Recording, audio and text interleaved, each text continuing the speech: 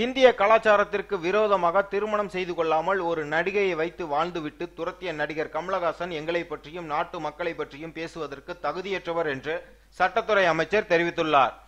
சட்டத்துறை அமைச்சர் சி.வி. சண்முகம் விழுப்புரத்தில் செய்தியாளர்களை சந்தித்தார்.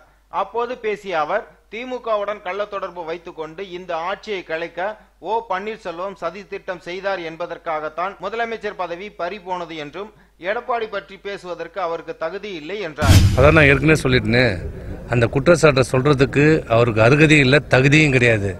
அவர் முதலமைச்சர் பதவி போனதே அன்றைக்கு அவர் மீது வைக்கப்பட்ட குற்றச்சாட்டு திமுகவோடு கள்ள உறவு வைத்துக் கொண்டு இந்த ஆட்சியை கொழுக்க சதி செய்கிறார் என்ற குற்றச்சாட்டில் தான் அவர் முதலமைச்சர் பதவியிலிருந்து தூக்கி எறியப்பட்டார்.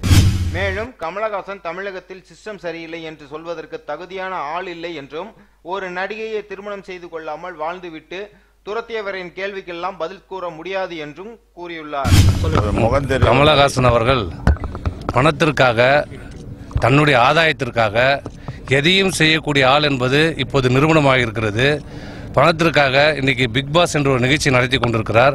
அதை நடத்துவது அனைத்துமே அவருடைய முழு அவருடைய ஏற்பாட்டின் பேரில் தான் நடைபெற்று கொண்டிருக்கிறது. அந்த நிகழ்ச்சியில் மிகவும் சமுதாயத்தில் பின்தங்கிய மக்களை விமர்சிக்கின்ற வகையிலே, அவர்களை தரந்தாழ்த்து பேசுகின்றவர்களே, தன் மேலாதிக்கத்தினுடைய அந்த ஜாதி உணர்வை காட்டி அந்த மக்களை தரந்தாழ்த்தி இன்றைக்கு பேசியிருக்கிறார்.